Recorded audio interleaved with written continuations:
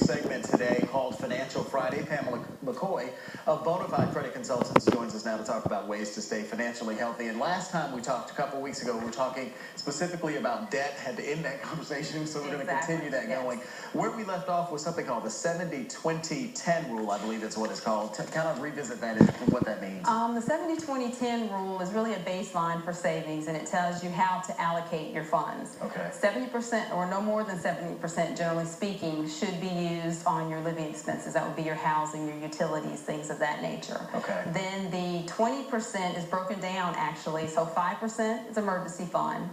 5% is like your goal fund. Maybe that's to buy a new car or tuition or a new outfit or concert, things of that nature. And then the other 10% is your long-term investing, which would be your 401ks and things of that nature. Okay. And then the final 10% speaks to your net income and the amount of monies that should be spent on your credit card expenses and those other miscellaneous expenses. And again, it's just a baseline. Right. But keeping in mind that anytime any of the percentages goes up or down, it affects the savings portion, which is what we're trying to focus on. Which is the issue. You try to put more money into savings Absolutely. versus spending it out in credit cards and that sort of thing. All right, that leads to needs versus desires. All right, talk to me about this. It's kind of needs, wants, and desires. And there's a fine line between the three. Needs are your everyday lifetime things, and I like to use the analogy of water when you're talking about these three categories. Needs would be that you want water, so that's tap water. Okay.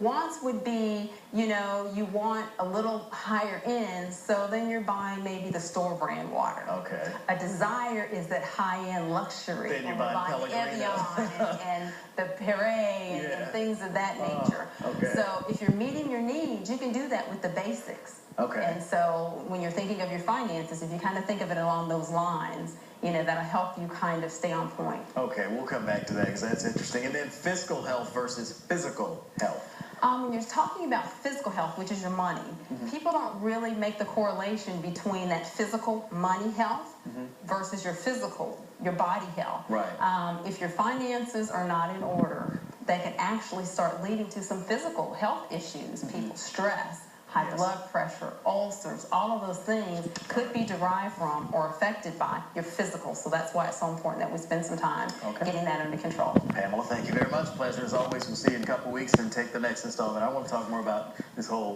buying expensive water thing. All right, a new scam is targeting trouble.